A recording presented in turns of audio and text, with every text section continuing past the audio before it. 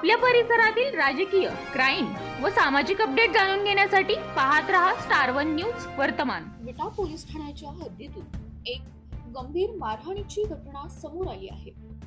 नाचण्याच्या कारणावरून झालेल्या वादात चौघांनी तरुणावर चाकू हल्ला केल्याची घटना घडली असून या प्रकरणी विटा पोलीस ठाण्यात गुन्हा दाखल करण्यात आला आहे।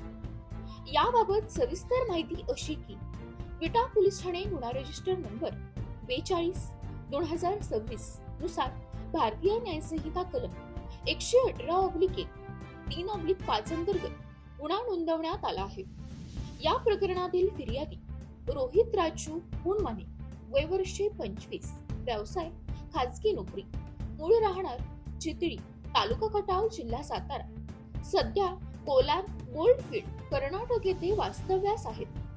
दिनांक 24 जानेवारी 2026 रोजी रात्री 10 वाजण्याच्या सुमारास पेंडवडे गाव, तालुका खानापूर येथील गावदेवच्या कार्यक्रमात नाचण्याच्या कारणावरून वाद निर्माण झाला।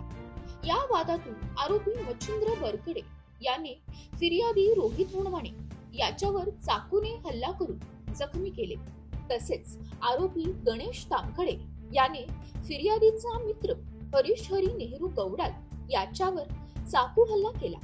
तर आरोपी अनिल तामखडे व प्रणव तामखडे यांनी इतर मित्र व नातेवाईकांना काठ्यांनी मारहाण केल्याचे फिर्यादीत नमूद आहे।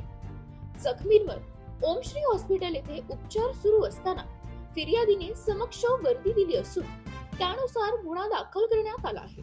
या प्रकरणाचा प्राथमिक तपास पोलीस हेड कॉन्स्टेबल किरपेकर 1704 हे करीत असून पुढील तपास वरिष्ठांच्या आदेशानुसार पोलीस हेड कॉन्स्टेबल पाटील 1131 यांच्याकडे सोपवण्यात आला आहे।